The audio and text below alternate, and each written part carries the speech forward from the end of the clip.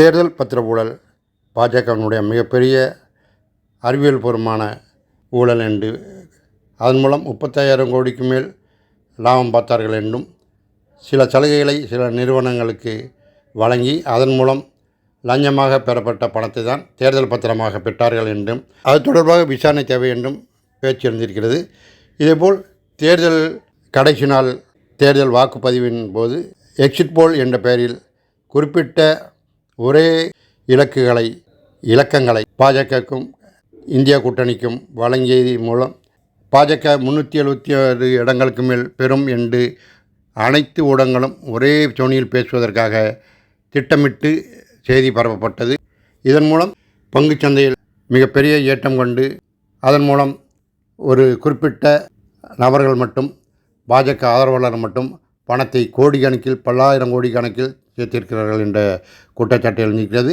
தற்போது அந்த குற்றச்சாட்டை ராகுல் காந்தி நாடாளுமன்ற குழு விசாரணைக்கு வைக்க வேண்டும், செபியும் விசாரிக்க வேண்டும் என்று கூறியிருக்கிறார். தேர்தலுக்கு பிந்தைய கருத்து கணிப்புகள் மூலம் பங்குச்சந்தைகளில் திட்டமிட்ட முறைகேடு நடந்திருக்கிறது.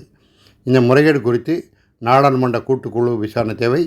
பங்கு சந்தையில் முதலீடு செய்த சிறு முதலீட்டாளர்கள் ஏமாற்றப்பட்டிருக்கிறார்கள். தேர்தல் முடிவுகள் வெளியான ஆண்டு முதலீட்டாளர்கள் ரூபாய் 30 லட்சம் கோடியை இழந்திருக்கிறார்கள். தேர்தலுக்கு பிந்தைய கருத்து கணிப்புகளில் பாஜக வெற்றி பெறுவதாக கூறி அதனுடைய இலக்கங்களை அதிகமாக மிகைப்படுத்தி கூறியது. அதற்கு காரணம் பங்கு சந்தைகளில் முதலீடு செய்யும்படி கிட்டத்தட்ட 5 கோடி குடும்பங்களுக்கு இந்த நாட்டின் பிரதமரும் உள்துறை அமைச்சரும் அதாவது மோடியும் அமித்ஷாவும் அவர்கள் சொந்தமான NDTV தொலைக்காட்சி மூலம் ஆலோசனை வழங்கினார்கள். இந்த NDTV அதானிக்கு சொந்தமானது என்று அனைவருக்கும் தெரியும். முதலீட்டு ஆலோசனைகளை வழங்குவதான் வேலையா, ஒரு உள்துறை அமைச்சருடைய வேலையா?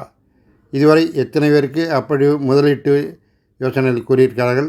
அதுவும் தேர்தல் எக்ஸிட் போல்கள் விளையாடி தாங்கள் வெற்றி பெறுவோம் என்ற உறுதியை கூறி முதலீட்டாளர்களை அவர் ஏமாற்றியிருக்கிறார்.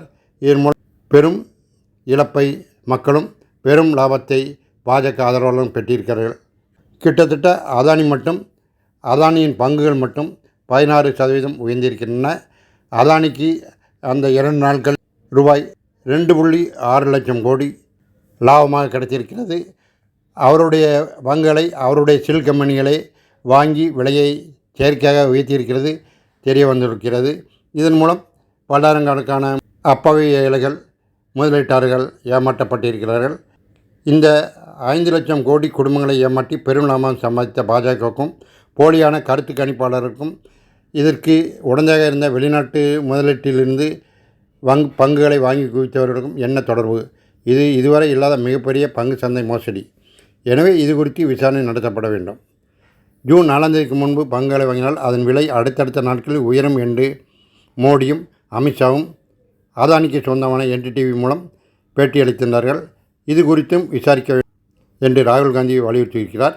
தேர்தலுக்கு பிந்தைய கருத்து கணிப்புகள் மூலம் பங்குச்சந்தையில் மிகப்பெரிய முறைகேடு நடந்திருக்கிறது. இது குறித்து நாடாளுமன்ற கூட்டுக்குழு விசாரணை நடத்தப்பட வேண்டும், செபியும் தனியாக விசாரிக்க வேண்டும் என்று அவர் வலியுறுத்தியிருக்கிறார்.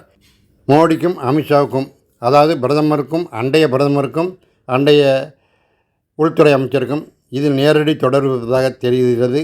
அவர்கள் நேரடியாகவே NDTV மூலம் அதானி டிவி மூலம் பங்கு முதலீட்டாளர்களை ஏமாற்றியிருக்கிறார்கள்.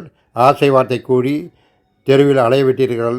எனவே இதை குறித்து நாடாளுமன்ற கூட்டுக்குழு விசாரணை நடத்த வேண்டும் என்று தெரிவித்துள்ளார். நடத்த வேண்டியது கட்டாயம்.